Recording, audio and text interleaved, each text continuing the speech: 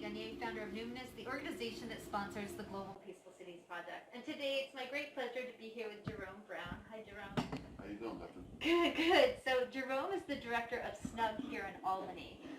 Jerome, can you tell people what SNUG does? SNUG is the Violence Prevention Program. We aim to reduce shootings and homicides in our community. We do that by working with the highest risk youth, ages 15 to 24, and the way we do that is through conflict mediation. So, and this has been an especially busy summer for you, correct? Absolutely. We never would have thought we would be experiencing the high rate of violence that we experienced this year. And it takes a big toll on the whole SNUG crew. Can you talk about what it is, how they go day after day dealing with all of this, and how has it been different this year compared to other years?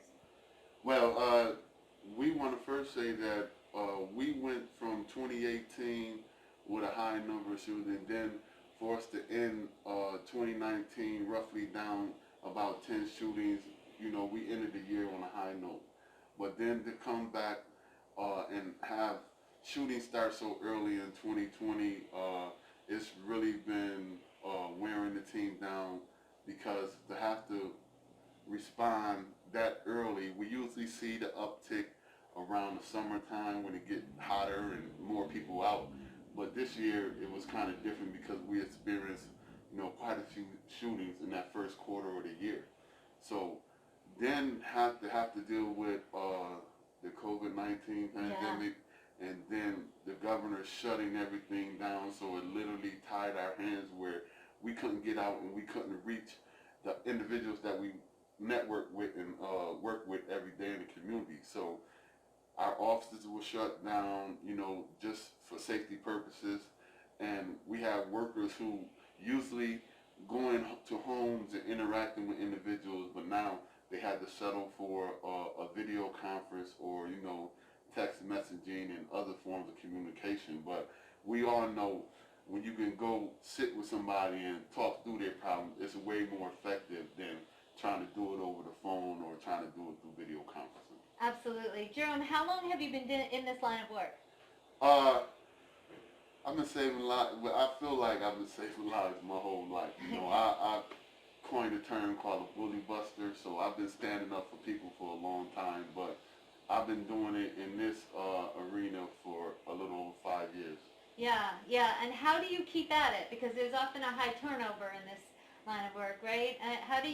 What is it about you that helps you just keep going? I mean, I've known you for years. I've seen this organization kind of grow and change, and under your leadership, they've certainly thrived.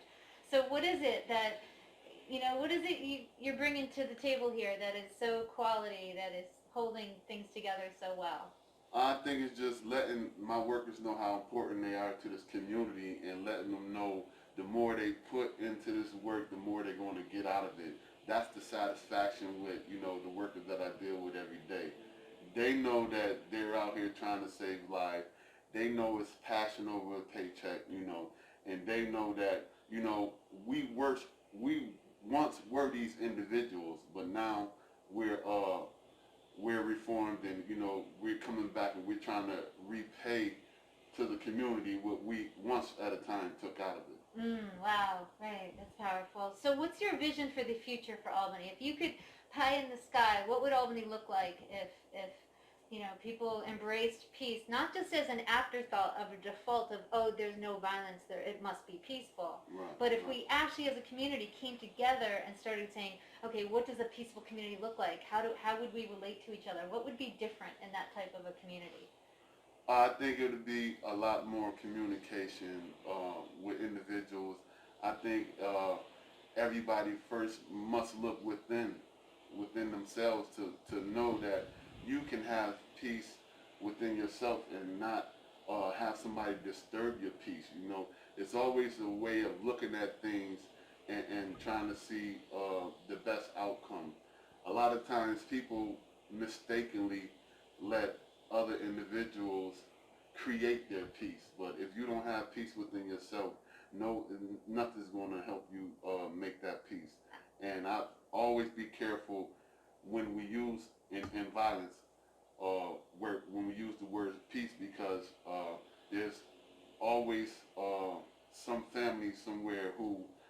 lost a piece of them. So, right. so we gotta, even though we know we're trying to build peaceful communities, it's just some people who's never want to have that PIECE back with them. Right, absolutely. So then, would you feel like meditation would be a valuable tool for communities to help people find peace within themselves and to bring it out in the community more?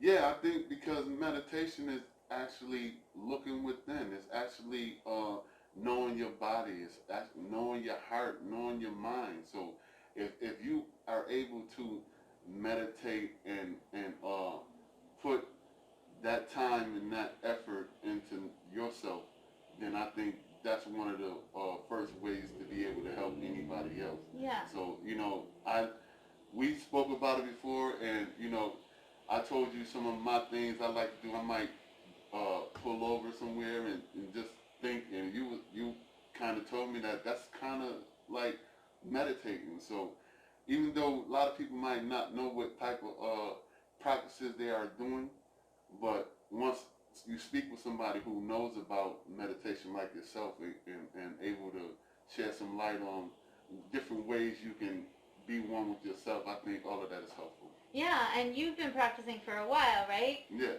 Yeah, and it's made a difference for you. Absolutely. Yeah. You become less reactionary. Right. You don't jump at things, and you don't let a lot of things get you off balance because you know where you can find your balance at. Right. And it's always been my passion to see how much we can teach as many people as possible about this. Mm-hmm. Absolutely. So that's your vision, and so there'd be more communication. People would be more self-reflective. There'd be anything else you want to add to your vision of what a peaceful Albany would look like? Because it's going to help me inspire, make a meditation for it. I'm just because when you done the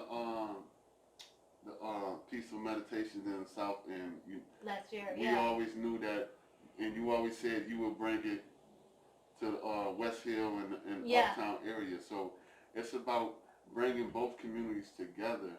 Mm-hmm. And letting everybody know that we are still one.